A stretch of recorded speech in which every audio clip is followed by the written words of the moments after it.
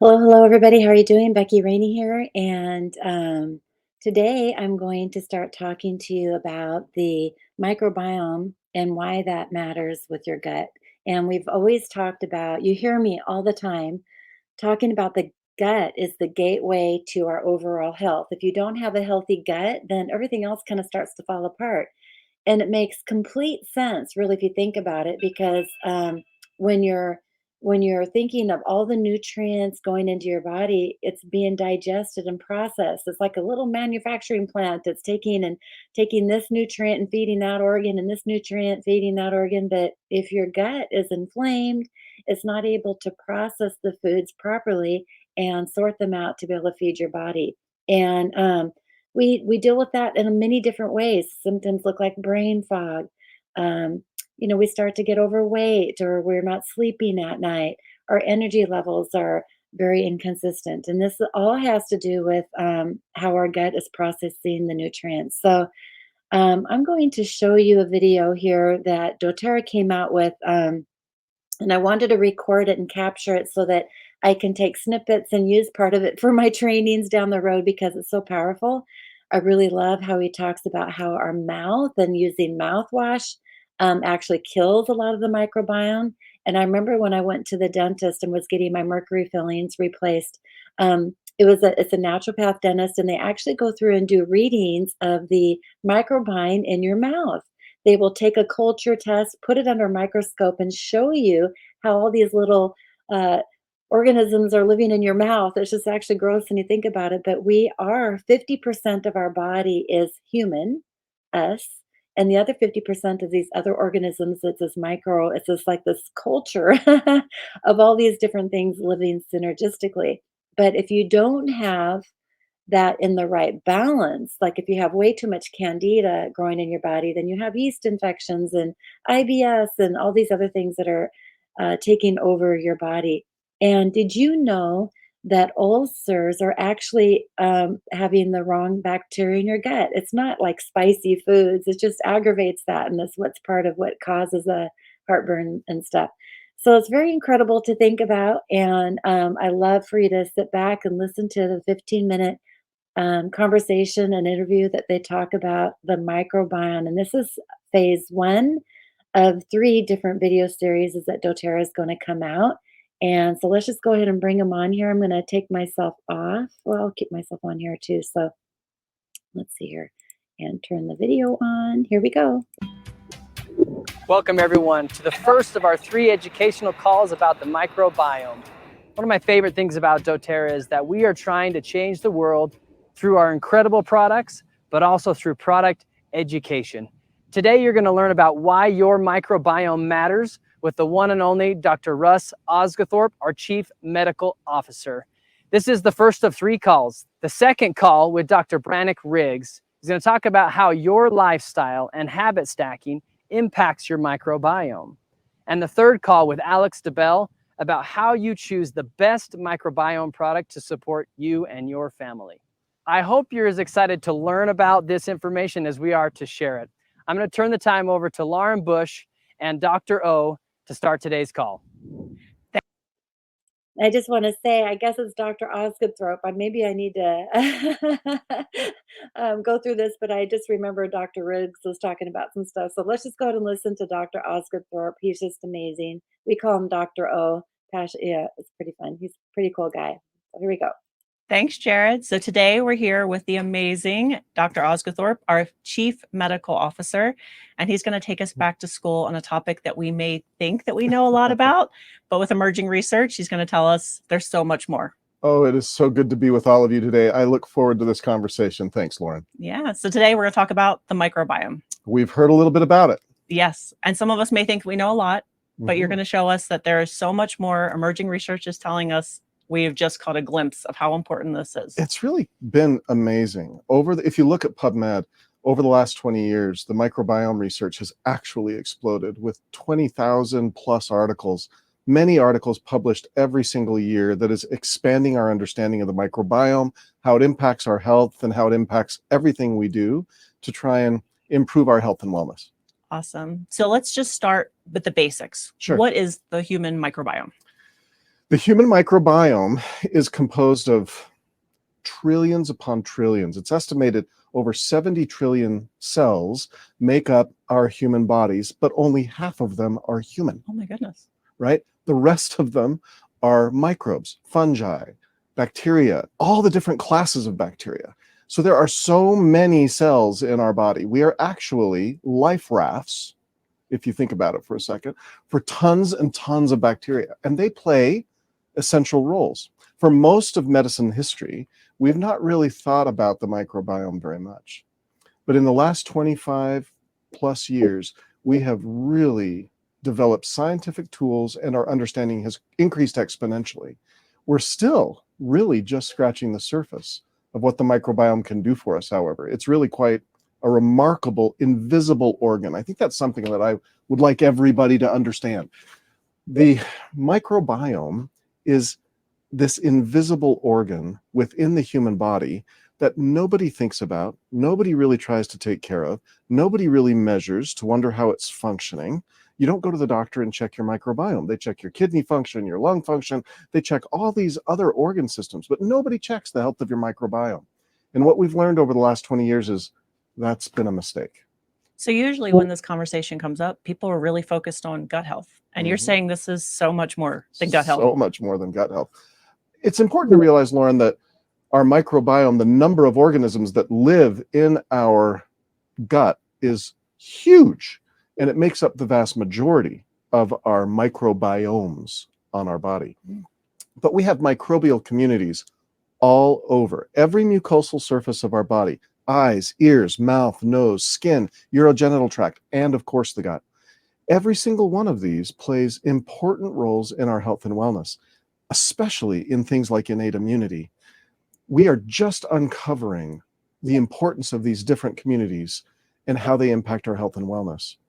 These microbes play such important roles that most of us don't give any thought to them whatsoever. We do all these things to prevent illness and take care of our health. But our microbiome, nobody's really checking, nobody's really watching, nobody's really trying to help it be the best it can be. And it truly is this invisible organ system that we've really ignored for the better part of medical history. And you were sharing with me the other day some amazing research on mouthwash and the oral microbiome. And could you share a little bit about that? Yeah, it's kind of tweaked me. As we've gotten like really heavy into the microbiome, and as we've gotten ready for convention coming up and our new launches, we have really been reading a lot around here. I've been reading more microbiome. I thought I was an expert in the microbiome, but being at doTERRA, I haven't read that literature as expertly as I would have if I'd been working in infectious diseases my whole career. And some of the brand new literature coming out about the microbiome, especially our oral microbiome, is fascinating. So for instance, we have within our mouth this large microbial community that nobody really knows what it does. We've learned about dental health a little bit, but it's been fascinating to learn that if you use mouthwash, that you have problems with sugar metabolism. A 4.5-fold increase in sugar metabolism issues for people who use mouthwash. That to me was astounding. I had no idea, but this is kind of what I'm talking about. So when you think about the gut and the microbiome, or you think about the mouth and how it affects other organ systems in the body, who would have thought that there's a gut-brain interface, or that there's a way that by altering your microbiome in your mouth, disrupting it with mouthwash, that it would impact the way we metabolize carbohydrates and sugar? Who would have thought that a simple little microbe and its metabolites, the way that it's living, impacts the way that we live? This is what I mean by an invisible organ. Which is really cool, because I think most of the conversation, especially as an infectious disease doctor, we're always looking at how can we get rid of bacteria and viruses. Yeah. And now, could you tell us a little bit how they're actually beneficial? Because it is kind of like a mind shift for a lot of people to be like, I've been trying my whole life to eliminate as much as possible, and now you're telling me that might be damaging and that these are actually doing something good for me. So what are some of the benefits of microbiome? Oh, well, I mentioned earlier the innate immunity idea.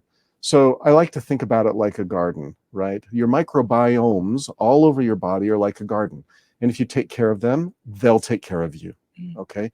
So what that really means is that pathogens or problematic microorganisms, the ones we don't want, have trouble colonizing and infecting us if our good bacteria, our microbiome bacteria, are filling up all the rooms at the inn. And there's no room for a pathogen to land, colonize, and infect. And that's just one. There are, like I was mentioning earlier, there's impacts on the gut-brain interface. There's effects on how it affects our hormones, how it affects our appetites, how it affects our sugar metabolism, our skin. But suffice it to say, if we take care of and try and help our microbiome do its intended job better, we will be more healthy. I love that. So the garden analogy is super powerful. And you mentioned if we take care of the garden, we have a higher yield, right? We have a healthier garden. So what are some things people could start doing today that would really create a healthy microbiome, really support the microbiome that they have existing? Okay, thank you for asking. This research has been really well worked out. So you can improve the diversity and the health of your microbiome by eating a whole food diet, unprocessed foods. Unfortunately, in the developed world, 75% or so of our nutrition comes from 12 plants and animals. That's an astounding thing. Yeah. And so as we age, because of that fact, our microbiome diversity just shrinks. So if you want your diversity to improve, eat whole foods, eat unprocessed foods, get good rest, get good exercise. Sound familiar? I mean, I've been saying this for how long? But if you do these things, all sorts of health benefits are realized, not just around metabolism, but around your microbiome. And your microbiome affects your metabolism. So you truly are biohacking or biostacking. You're stacking your hacks when you are doing these things. Yeah. So I don't know how better to say this, but you've got to be intentional and you've got to be consistent if you want your microbiome to be healthy.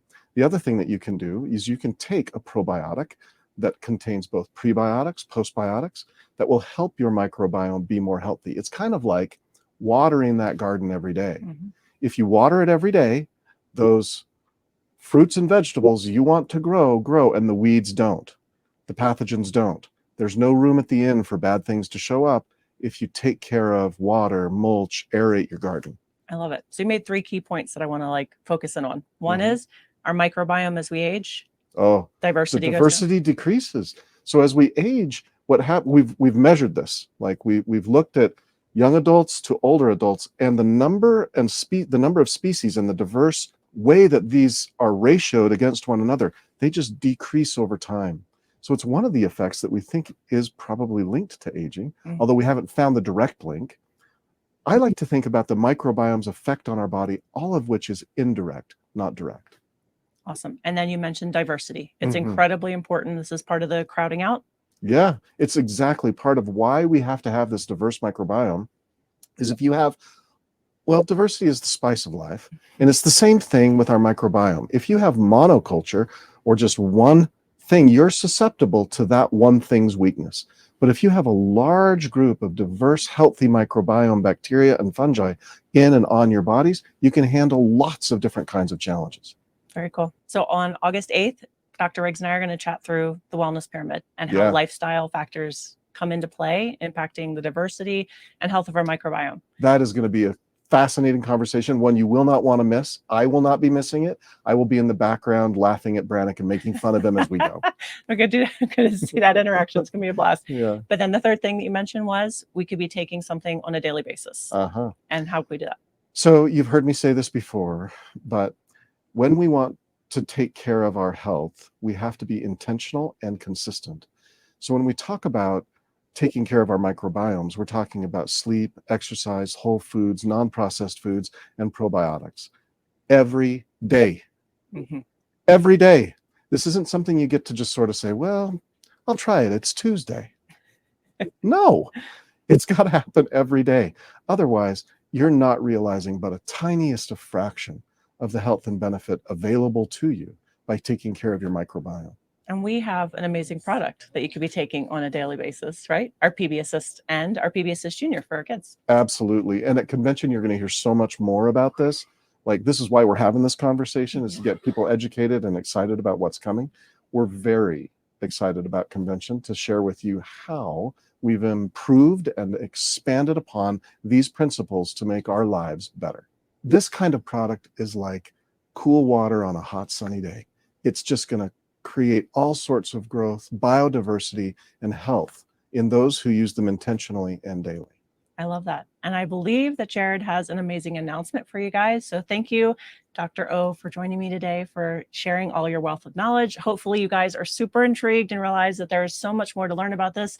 Hopefully you'll join us at conventions so Dr. Osguthorpe and more can really dive into this. I know there's so much more you're dying to say. I am. Please remember that macro changes start with the microbiome.